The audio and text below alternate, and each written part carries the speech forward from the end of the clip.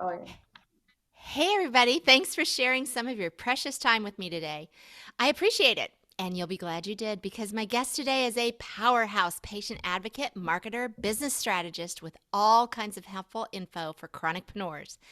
But first, let me remind you that Patients Getting Paid is much more than just this podcast. It's a membership community that not only provides updated condition specific gig links weekly, but also has brainstorming sessions, accountability posts, coaching calls, and co working several times each month. And did I mention the incredibly supportive community of chronics in there? Well, they've all become friends and collaborators and accountability partners and cheerleaders. Just what you need when you're moving to a chronicpreneur lifestyle. Join us at patientsgettingpaid.com. Hope to see you on the inside. My guest today is Jenna Green, a patient advocate, content creator, consultant, and speaker living with multiple sclerosis, dystonia, and IBS, as well as depression and anxiety in Massachusetts. Since her MS diagnosis in 2016, she's used her 20 years of experience in marketing and a decade of self employment to help bring awareness, support, education, and community to those who live with invisible illnesses, chronic pain, and fatigue, something we know about. She's dedicated to helping the community live their best lives and is creating a series of courses for people living with an illness that would like to use their skills to become self employed, independent consultants. Sounds familiar? Hello, like minded chronicpreneur, and welcome, Jenna. Thank you, Kathy. I'm so excited to be here. I I- just love chatting with you. It's always like talking to a good friend. Like, It is, I know. sure. Well, and full disclosure, we just chatted for a full half an hour before we hit record. All of a sudden, we were like, "Oh yeah, we need to record this. We're doing a podcast." That's right. Yeah, it's fun. It's fun. I cannot for the life of me remember where I met you, but I'm glad that I did because it's been fun getting to know you and working with you over the years. So let's start at the beginning, if you don't mind. Tell everybody about your various diagnoses, you overachiever, and how they've impacted your life and your career. Well, I have chronic illness monopoly. I'm collecting a bunch of them. Um, You are. why not? Why just have one? Right. Um, so I was actually very privileged to be relatively healthy for the majority of my life. Very privileged. And I did have a car accident a few years prior to my MS diagnosis, which led to chronic pain that I still manage. But that was really my first time that I had anything beyond like a bad cold or like the flu or pneumonia that went away. So I was very privileged to have my health, and I was also very much involved in like the full on hustle culture when I was diagnosed. Mm. I was 31 years old. My now ex-husband, married at the time, and I had we had bought a house, in a relatively less expensive neighborhood, although in the state of Massachusetts, which it is not cheap to live here. Right. But I had been in corporate America, corporate marketing for years. And it was soul sucking for me. And Mm. the freelance websites had just kind of started out. Like none of the ones I was working on are even around now. But having been in marketing and working in advertising agency and then working for some other businesses throughout the state, and the people that worked nationwide and worldwide, I had a lot of contacts. So I was freelancing, consulting, walking dogs for my friend's dog walking business. I had just started an e-commerce business myself. Like I had way too many clients. I was working a lot, like all the time. Hustle, I hustle, never hustle, took a day hustle. off. Right. Mm. And I had to have my gallbladder out, which was fine. It was pretty routine. They sent me home the same day. But a couple weeks later, I woke up and like the only way I knew how to describe it was like feeling dizzy or vertigo. But what it was optic neuritis in my left eye. Okay. Oh. So despite being blown off by the ER doctor that first time, I went on to see a neurologist, and again, super privileged to live near Boston and have access to great Yeah. excellent hospitals. Like people come from all over the world to see our doctors. And I was diagnosed relatively quickly with multiple sclerosis. Didn't know much about it at all at the time, but I am my grandfather's granddaughter. I am stubborn and determined, and I do not let people tell me that I can't do something like that. I am the most obnoxious that way. Like I've had to learn to listen to my body more Yeah. and and what's worth being stubborn about and what isn't, and Smart. to ask for help. But at the time I wasn't at all. I was really a different person. So I think MS has contributed to that change in many ways, but Yeah. it's not all bad things. It's helped me realize what's important to me Yeah. and how to prioritize that. And it's helped me redefine my definition of what a good life looks like and what success looks like. That's And huge. That it is a yeah, huge gift. That is a huge gift because people spend their entire lives in this hustle culture and get to the end of their careers, let's say, and go, what was that for? Like, I missed out on fill in the blank, and why? I think you make a great point about, we always need to be in gratitude. It helps everything. yeah, And in noticing what is good about this. I would not have taken the time that I have to really pay attention to things like gratitude and what's important to me. And um, without my diagnosis, that's the truth. And I think I live a much richer life because of it. Now, I wouldn't sign up for it again, but agreed. now that I've got it, here's a benefit of it, right? Mhm. And I want to just say, too, to everybody listening out there, because we've talked a little bit about the hustle culture, which I think is just pervasive. Um, Certainly, I think it's dialing down a bit. I think COVID really helped in that. But as we say inside the PGP community all the time, hashtag fuck the hustle, because when you have a chronic illness, that's got to go get off your radar. That can't be how you live anymore.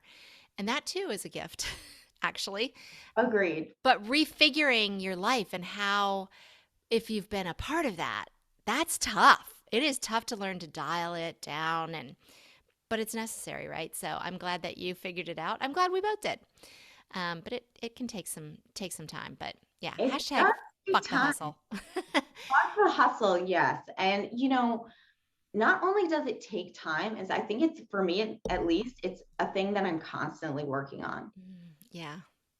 Yeah. Because I was the kid that was doing 11 extracurricular activities in high school. Jeez You know, Louise. I I just Yeah. I am wired that way. I'm an overachiever, Yeah. like in my diseases and other. Yes, you are. Oh I God. mean, I still work on it, and for me, it's the mindset is such a key It to is to everything. living well with chronic illness and Yes. having a business and all of the things that you want to have in All life. of the things. I agree. So you worked, as you mentioned, the corporate W-2 job, and then you went to freelancing even before you were DX'd. So you've never worked a W-2 job since diagnosis, right? Since you've been diagnosed. Correct, Can correct. you imagine what that would look like? Oh my gosh. Right? I can imagine it, but I also am quite positive that I would be on disability. Yeah. I identify as a disabled person. I have a disability placard that I use if necessary. Me too. Like I am disabled because of my MS. Like there are things that I need to be accessible, right? So, but I am not currently on disability. And I think that's the distinction, which is hard to make when you're Right. identifying as a disabled person. But Yes. I would definitely have had to be, at least I probably would have gone like on temporary and then permanent disability, because even the drive alone into the office for me, I mean, living in the suburbs Yeah. of Boston is the only place that we could have afforded to live, still where I can afford to live. And try to try to commute into work. And I worked at several different corporations throughout the years, my pre-independent career. I mean, the commute was never easy, and the sitting in the car alone would wreck my back, and my pain with my muscle spasms would be impossible. Yeah. Right. Even the commute alone would be Right. impossible. I know what it's like for me to attend, like, say, a conference, 3 years ago, right? Like right before the pandemic, the last thing I did was the MS Public Policy Conference. Mhm. And that was so awesome. It was great. I mean, it wasn't a paid event, but it was, 3 days, I think, almost 3 full days of, um, you know, events like Yeah. learning events, auditorium, small events, meetings on Capitol Hill, like literally in DC. And while it was super accessible, I used a scooter, and they had them for us if we wanted, and there was time to rest and take breaks. I mean, like, I had to prepare for that in so Yeah. many ways, physically and mentally, and then the time to recover from it, while totally worth it. I couldn't do that every week. There's no way. Every day. Like, I know. I think of that often too. And so, my story is I was a stay-at-home mom when I was diagnosed, and the neurologist said to me, "It's good that you don't work. Don't ever go back to work because stress is the worst thing for you." And so many things were wrong with what he said. But first of all, it was obvious he had never stayed home with kids, because that's what's really stressful. Right? And I was thinking, if stress is the worst thing for you, being a yeah, stay-at-home mom is not your ideal job. Like, yeah, I am not no, a mom, so I don't know, right, but no, that's my 100%. thought. And so I pushed myself. Often I'm a lot like you in that, like, what I heard when he said, "Don't go back to work," was go back to work as soon as you can and work long hours and really push yourself. So I Right. did. But here's what I remember. Thank God for seat heaters. I had to say that slow because I usually call them heat seaters. Seat heaters, because that helped with my spasms on my way in. Um, and this is the biggest thing, is thank God I wasn't at a desk job. No way could I have done that, but I was moving, which I need to constantly do, reposition and whatnot. And I was going to different doctors' offices, and I would stop. I just had this memory the other night. I can't believe I did this, but I would stop at like a Best Buy. I knew where Mhm. all the Best Buys and big appliance shops were along the way, because they have big screen TVs with recliners in front of them. And I would go and pretend that I was considering buying a TV so that I could stretch out on a recliner. I mean, I would pull over often and, like, for lunch, try and put my seat back in my car, but it wasn't stretchy out enough. So I'd go to Best Buy. It's just crazy when I think back to it, what I did to try and accommodate going to work. And then I'd just be just exhausted every day. So anyway, I digress. I'm sorry, but it boggles my mind how people do it with chronic illness. And I know a lot of people either legitimately have to or don't know there's a different way, which is Absolutely. what you and I are proselytizing about, right? There's a Mhm. different way, and you can take care of yourself and generate an income. So tell us about your chronicpreneur journey, and how does your business allow you to better accommodate your health? Oh gosh, my journey has been, um, I guess, kind of like a mountain ride, a roller coaster ride. There it is. Um, There's that word. like, you're not exactly sure when the next turn is coming, but Mm. a little bit when you're going uphill, you're gonna have to go downhill.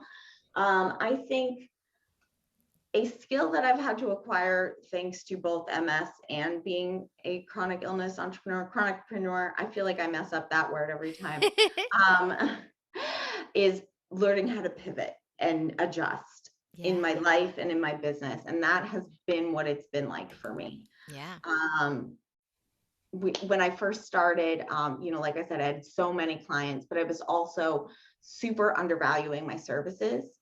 I was charging next to nothing. Mhm. And of course, common. I got into social media when I worked in an advertising agency and we called it new media. Yeah, So yeah, I'm yeah. obviously ancient, right? But I'm social with you. media marketing was still very undervalued and people didn't always see the value in it, or like they would they knew it was something they had to do, but they didn't want to pay Pay for it. for it. Yeah. Right. Which I mean is generally a problem you come across with clients in general. Hmm. Having worked with a variety of them throughout the years, but um, I was way undervaluing my services, way undercharging. I was multitasking all the time, which Mm. was something I could do, but like physically it was possible. But now I think everyone's read the studies that say how very unhelpful it is Yeah. and anti-productive it is. And I know now I can't multitask. My brain, like if there's a TV on and I'm trying to have a conversation, it's like hard for me. Me too. Yeah, it's got to be really quiet for me to concentrate. Yep, I'm with you. Right. Hmm. So like I work with like my noise canceling headphones on, like, and I live in my apartment by myself. Well, So no, you don't. You have a I, puppy. well, true. Yes. And if my puppy is here Oh, and yeah. awake, I'm certainly not wearing noise canceling headphones because you need to hear what she's doing. Right. Um, for everyone's safety. I want to know if I hear something, I want to know what's going on. But Yeah. she's a good girl. She's a lot, but she's like her mama. So I think it's just been just such a roller coaster ride because I've really had to redefine my own mindset about what my value is, what my worth is, what success looks like to me, Hmm. and the fact that I don't have to be making a lot of money to feel like a successful person. Like success isn't defined by how productive or how much money you make. Like Nice. that's something that, I mean, that's been defined that way for generations, for Right. society. Like that's something that I still work on that belief every single day. Hmm. That's a That tough one. It's my pervasive. worth isn't defined by my productivity. But Right. I've also learned that, I'm far more productive when I'm doing something that I enjoy. So I've Yeah. pivoted in the type of marketing that I do, the type of clients that I work with. And I found that client work for me, especially in this last year, where thankfully I've been very privileged to, already work from home and have a lot of resources to stay safe. And I've been able to, stay not sick from COVID, but I've dealt with a lot of other health issues. And recently, my worst flare of, I don't even know when, because unfortunately, my disease modifying therapy was delayed because I had MRSA and then I had sepsis. So they don't give you the disease modifying therapies with Yeah. that. Again, with the overachievements, you can't just go with, yeah, you have to Right. go with My body wasn't seeing sepsis. any germs, so it just wanted to make some for Yeah. me. Nice. Nice. It was not fun. Don't recommend. But No. even with that, that's made me realize that I need to scale back on client work and do more work that will pay off in a passive income way in the long run. Because Yeah. passive income is kind of one of those um, catch 22s, I guess, or it's like, I don't want to call it like a false positive or false news. It's misleading, I guess is the word. Yeah. Passive income is misleading, It is. I agree. Hmm. the Yeah, term. it is because passive income is, I'm trying to think of an example where it is 100% passive and I can't. Right. Right? Yeah. So my passive income, for instance, is my ebook. That took a lot to get written, a lot to figure out. I mean, this was several years ago, but like what platform to put it on, all of those things. And it is one of the most passive things that I think you can do, but yet it is not 100% passive even now because, I need to promote it.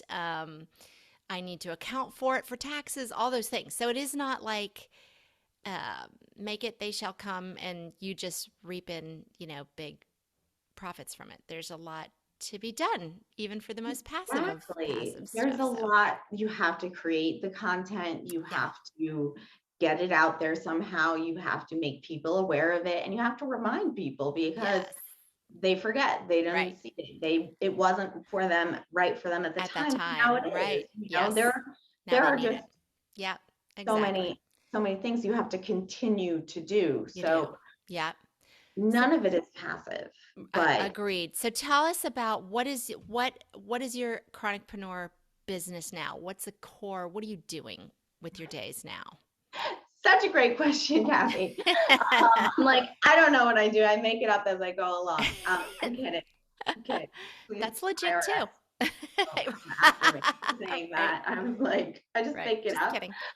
No, I'm joking. So I am a strategic marketing consultant, but I'm very, like I said, particular about who I'll work with now. And my passion is helping people living with chronic illness and helping redefine how we're seen in society and changing public policy, which for me is a volunteer job, but working with companies that are trying to reach the chronic illness or MS community or chronic pain community and working with them to develop a marketing strategy that is effective and also not offensive to people living with chronic illness. I love It's that really verbiage, effective, not offensive. That's really good, marketing guru.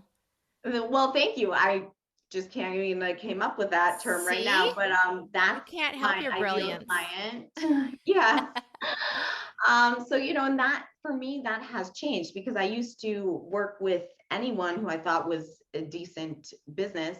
Right. You know, I didn't Yeah. work with people who I thought were bad business. But I would write like funny, um, you know, texts and tweets for like a coffee company with sassy coffee names like that. Mm-hmm. I worked with like IT companies, all kinds of different companies because marketing is something that I do very well. But Yeah. now I I can't see myself writing anything for an IT company because while I could learn about what they do, that's not inherently something I enjoy or even care to know about. Let's just be Right. honest. Yeah. Yeah. That's Yeah. not my. Yeah. So I try to work more like in my zone of genius or passion project kind of areas. And that's where I charge the most. Yeah. So that's where I charge Makes the most, sense. but it's also the thing I do the most limited of because when you're always trading time for money. Yeah. It's Yeah. and trading time for money is not a long-term business strategy for anyone. And I was actually Right. in this great um, business cohort course. It was like a executive MBA for the independent contractor kind of thing Oh, called cool. Indie Collective. Yes, it was fantastic. I highly recommend their program. And they were always talking about trading time for money and finding ways to stop trading time for Yes. money because you can make more money and be more effective, but you can't get more time back, Yes. right? So these were 100%. all people who are looking to get out of the hustle culture. Most of them didn't live with a chronic illness or Mm-hmm. a disability, but they were all independent contractors who wanted to stop trading time for money, essentially, because Mm-hmm. the only way to make more money if you are a consultant with clients is to take on more clients. In That's Right. not entirely It's not true, but that's scalable. the Yeah. general thing. And Yeah. it's not scalable because you Right. can't just make more time in your day. Right. Right. Right. Particularly with a chronic illness, you need to build in some downtime, shall we say. Absolutely. So, how much do you get paid for what you do, and is it steady income? And I happen to know because we're friends. You made mention that you are divorced, so you're on your own and you're Mhm. supporting yourself. So I just want to give that little caveat. Yes, and that has been scary for me, I bet. to say the least. Although also in many ways I'm super grateful because my ex-husband and I did sell our house and we were able to make a profit on that, and that gave me some cushion to allow me to do a lot of the mental health and mindset work that I think has been really critical in me not only like healing and growing from my divorce, which was absolutely a good thing for both of us, but regardless, it's very hard. I think if you haven't been through a Yes. divorce, you wouldn't know that it's, even when it's a good thing, it's extremely hard. And it's complicated and it's time consuming with all of the documents and the things. So I am lucky and privileged to have have had that bit of a cushion, so to speak, from the house sale. But I've had to scale back on a lot of spending. I love buying. Let's just face it. I love shopping. I Put love it out shopping. there. I'm Yay. really good consumer. That's one of my top skills. So, I've had to really be more mindful of that. And also, while also not working from a place of scarcity and working on my own money mindset, because I had to really believe in myself and believe that I am capable of being successful, however that may be. And that when something like a huge MS flare that recently happened to me pops up, that even though it's going to be hard and difficult and 0 stars, don't recommend, like I'm going to get through it and I'm still going to be able to figure out how to make money, which is why I'm, trying to transition my business from, not just with the course, but for the Indie Collective, but transitioning from primarily client work to more content creation, which leads to more of a passive income, is I guess what I would say. And also it will help me to help more people. So like my average rate for marketing strategy consultant is at $300 an hour. And I have like a minimum amount of hours, but I do project-based consulting. So no, it's not steady. Some clients I have on a contract for a year, but most of them, the contracts aren't that long. So someone thinks $300 an hour, oh my gosh, that's a lot of money. You're rolling in it, right? And I'm like, well, I'm not saying I do it 8 hours a day, right? Or 10 hours a day. Like, we're talking 2 hours at a time. So it is, yes, I do get paid well, but yes, I do have 20 years of experience in marketing. And when you're working with a company that cares about marketing to people with MS or chronic illness, I have extra skills and understanding there from the community. So You're worth it.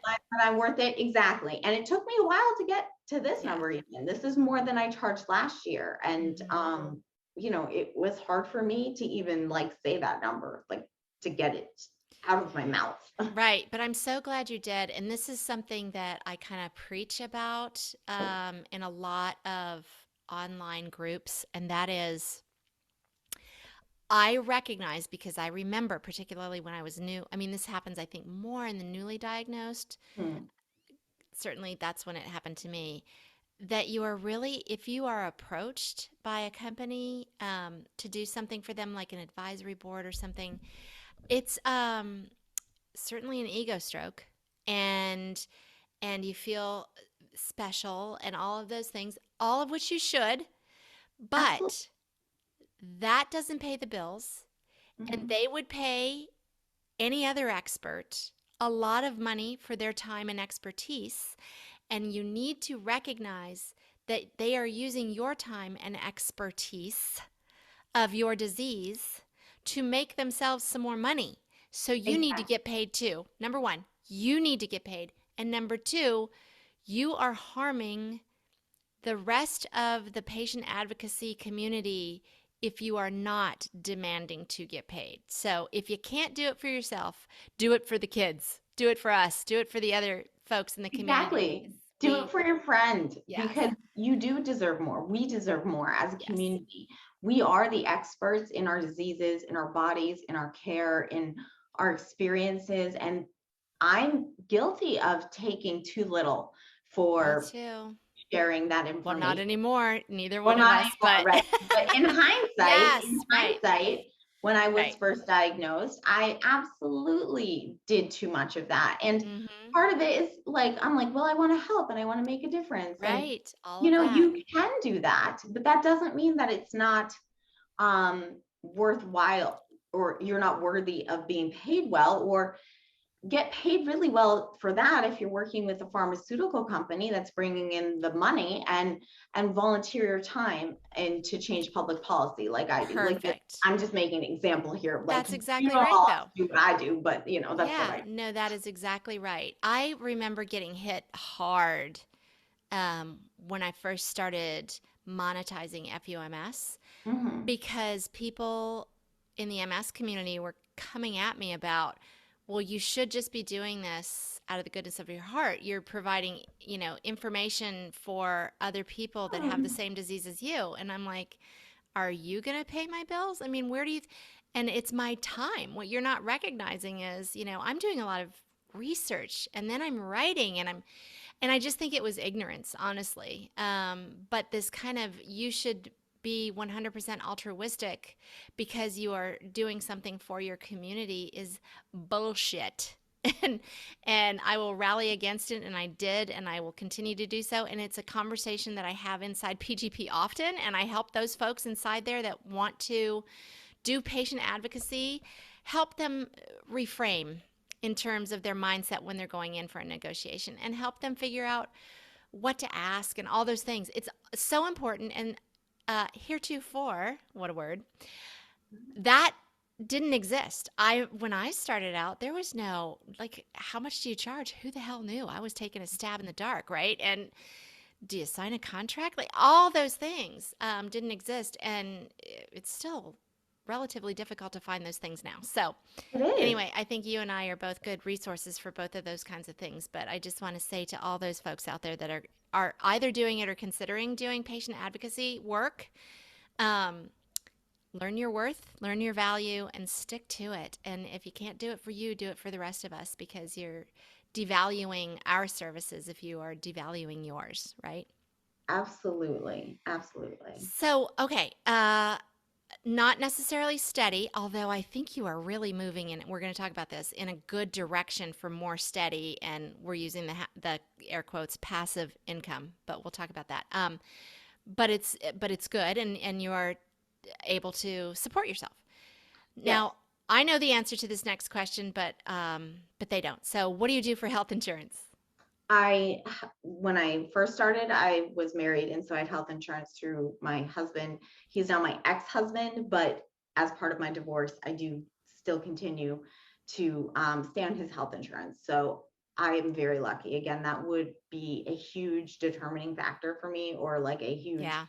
critical, but it was one of my biggest concerns going into my divorce, because I wanted to ensure that I could stay on my health insurance. And Mm-hmm.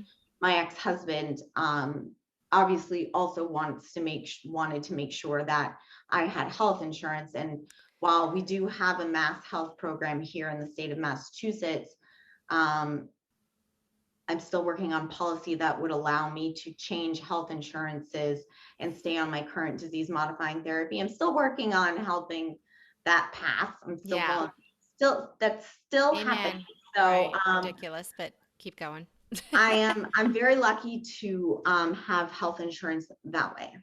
And I just want to say really quickly, I hear you, international listeners, because I hear this every time after every one. I get lots of emails about this health insurance is crazy that you Americans have to deal with. Yes, it is. And so this portion, this question is always just for the US folks who are dealing with this crazy health insurance bullshit. And there's lots of us working on this. I can't believe it's taken this long, but we'll keep working, and who knows. But We're not everyone, giving up. It no, may be something that I'm working on my deathbed. me too, sister. I feel like I'll be 100 years old still working on it, I but know. I'll I'm be not right giving there with up. you. No, nope. We can do this. It just is going to take some time, I think. Every once in a while, I go, Portugal. Portugal looks good. Like Costa Rica. I don't know. They've got good health insurance. Maybe I should just go there. But I'm not going to give up on my country. I'm going to stay and fight for it and just make it better. All right. Do you have any special tools or apps that you find helpful in either your work or your chronic illness that you could share with our community?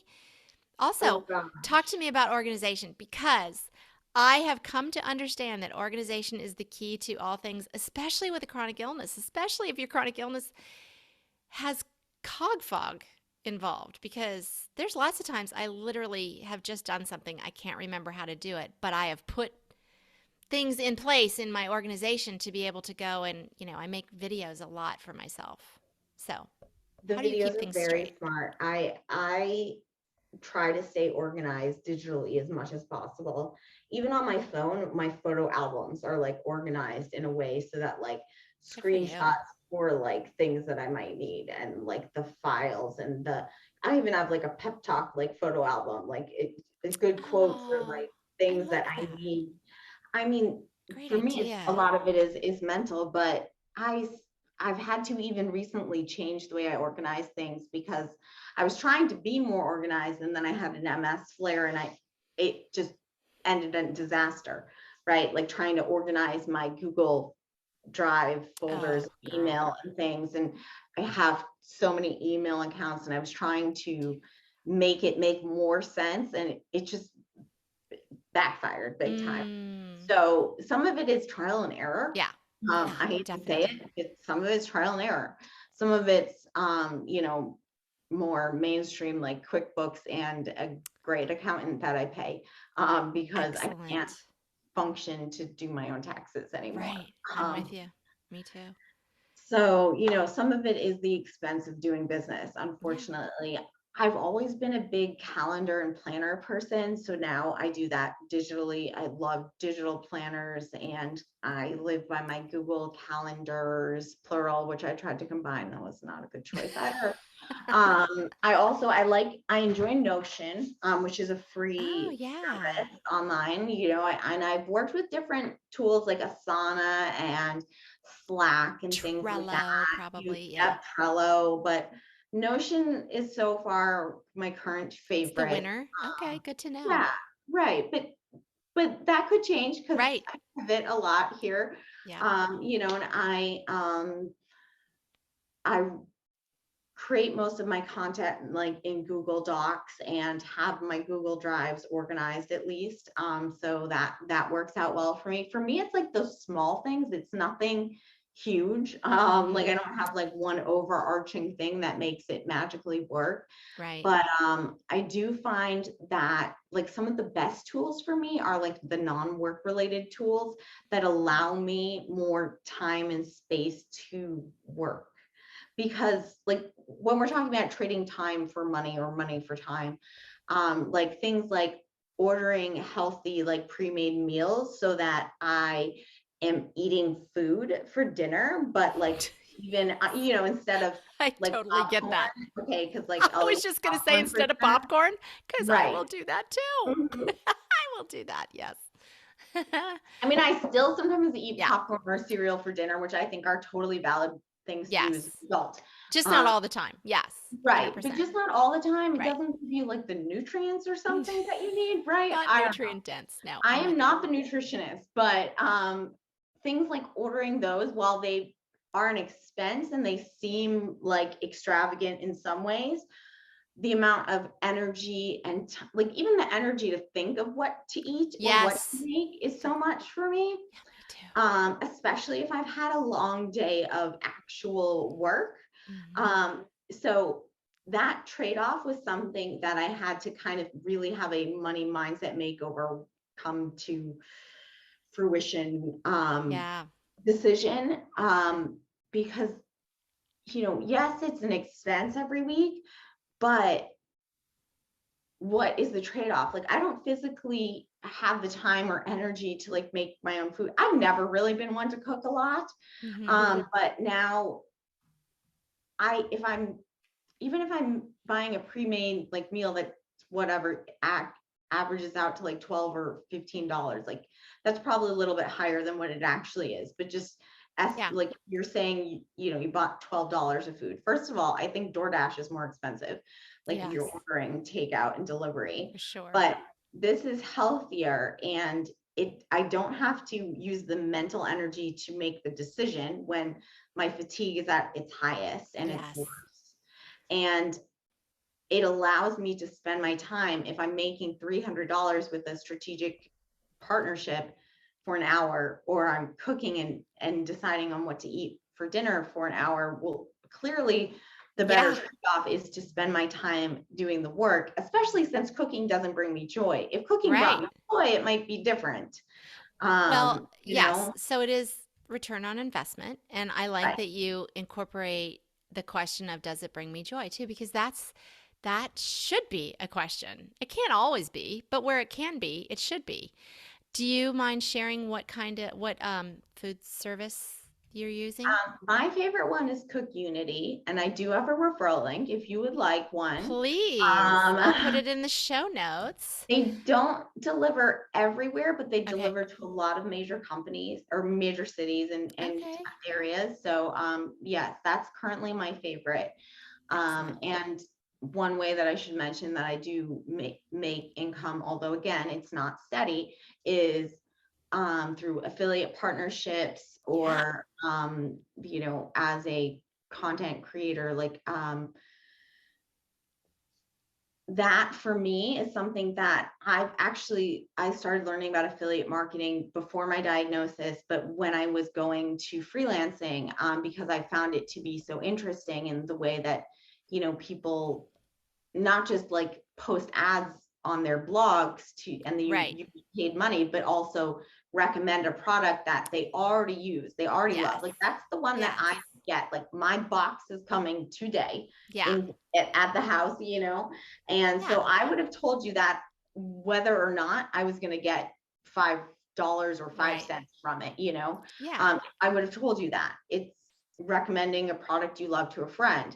Right. So if you're already doing that and you have a platform to talk about it, which whether it's your podcast or your social media or whatever, or blog, things, Yeah. why not get a little bit Capitalize on that. Yes. for it? Right, exactly. 100%. I 100%. mean, it's a win-win, Yes. right? Especially if you get like a discount code or something for your friends. And I just want to point out affiliate, and we do, by the way, have a training inside of PGP about affiliate marketing.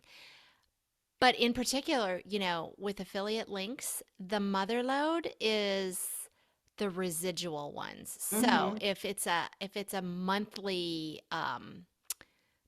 charge, and you are also, well, not in every, I was going to say you're also going to get a monthly income, but that's not Well, it true depends with on the everyone. But affiliate program, but yeah, some of if them are there are true. some affiliate programs where you can get paid monthly for someone who Yeah, has a subscription, and that that's is nice. really a great income Yes. versus, I get 10% of your first order One or time, 10% right. of your one-time order, Yep.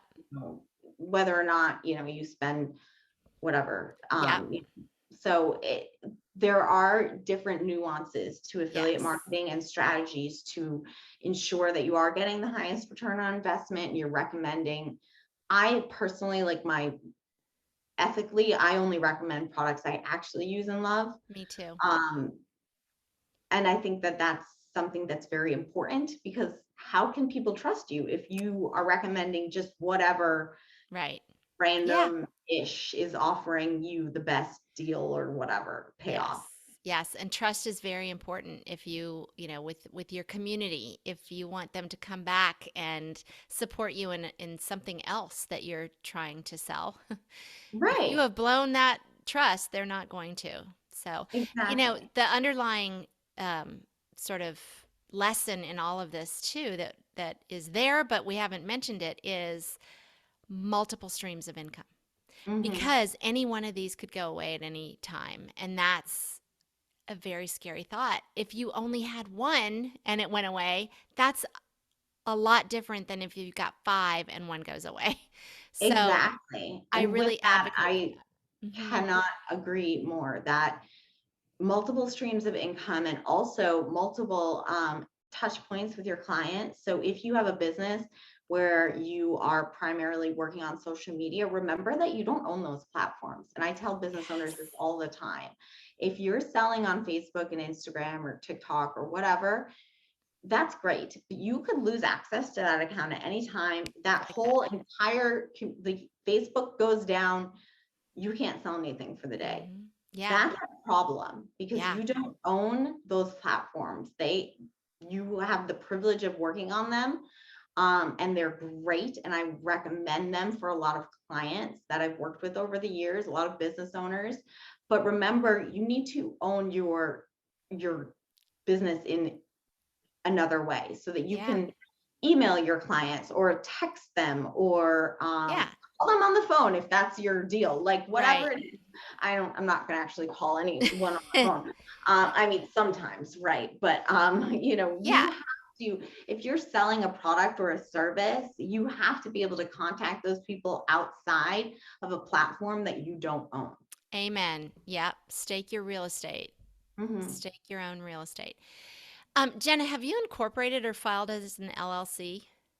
I have not yet, although it is something that I may do You're in the considering doing. future. Okay. Yes, Gotcha. yes. Um, okay, so what advice would you give, excuse me, to other chronics who want to do something more flexible or remote, either, full time or as a side hustle? If they're considering it, what's your advice? Oh my gosh, I have so much advice. I could talk about this for Do a it. long Would that be the time. first one? Yes. My first advice would be to work on your mindset about it, I think, Good. because that is definitely one of the things that I made a mistake with. And I Mm. wasn't a chronicpreneur when I started my entrepreneur journey, but Mm-hmm. to work on your mindset first, to overcome some of your limiting beliefs on how much you're worth, like for your time, and how you want to spend your days and what is valuable to you in a monetary and non-monetary way. When I was in the indie collective, they talked about life, living, and loving. So like parts of your life were different from the parts of your living, which is how you make an Mm. income, right? Yeah. Your Interesting. life, like what do you want in your life is a different question. And what do you love, and like what's your passion? Your passion project for me would be like volunteering with the MS Society, but I also love my dog, and different things like spending time Right. at the dog park or spending time with my nieces and nephews. That kind of overlaps with life, but Yeah. thinking about all of those things. And also, I think a lot of people get stuck in the like, oh, well, I've only ever like worked at this one store, or I've only ever, worked for someone else, and I don't know how to run a business, or no one's going to buy from me. They're not going to, there's a Yeah. lot of services or products out there. And like, okay, there are, yes, but that doesn't mean that you can't also be successful. I believe more than anything that there's room for all of us to be successful. I would love for more people to be, doing like the gigs that you share about in the Mm-hmm. PGP group. Like I would love for more people to be sharing their story and getting paid. Like I love that for everyone. I think there's room for all of us. I don't see it as a competition at all. I don't either. And I think that's a great spot to say because I hear this a lot from people too. Well, somebody's already written that book that I was thinking of writing. Somebody's already got a website about this thing that I was thinking of starting. All of those, and I always say that is just proof of concept. Right. There's Not billions of people even on this planet, and even if you were saying the exact same thing as that other book or that other website or that other podcast, whatever, for whatever reason, people are going to hear it differently from you. And some are really going to resonate with you and they can't hear it from the other person, and vice versa. So lots of room. There's plenty of room. Jump in. The water's warm. right. Exactly. How Yeah. many stores sell white t-shirts? Right. They're Great, all great selling white example. t-shirts. Yeah. But you can't sell to everyone. And Right. everyone isn't going to be your target audience, and Yeah. you aren't going to be everyone's cup of tea or whatever you want to call Yeah. it. I mean, I say target audience because I'm a marketing person, but Right. understanding who your target audience is a critical part of understanding how you can serve them and make an Yes. income, so Agreed. that's very important when you're just getting started, is to not try to sell to everyone, whether it's a service or a product or what, your Hmm. time. You can't sell to everyone Yeah. because it's while everyone could maybe wear your white shirt, if you make it in every size Yeah. imaginable, like Right. everyone doesn't want it. And Yeah. it's not cost effective to sell to everyone either. Yeah. So, understand who you're speaking with, Yes. and that will help you to define your product. But also don't limit yourself to things that you think of like as traditional entrepreneurial things. People make money selling crochet tutorials, Crazy stuff. like Yes. things that you could 100%. find for sure for free on YouTube. But Yes. again, time or money. I pay for services that like meal service, right? Like Right. dog walker, like things that I could physically and Yeah. mentally do myself. But I pay a premium for those services because that's of value to Well, me. And people so, pay for convenience too, you know? exactly, they pay You for the could go and find information like crazy all over the internet, but that's convenience. your time, that's your energy, that's all that. Whereas somebody, packages the information for you and goes, "Here you go. I'll pay for that every day. I will Exactly. pay And for that every day." especially when you live with a chronic illness, you have to Yes. understand the best way that you can learn.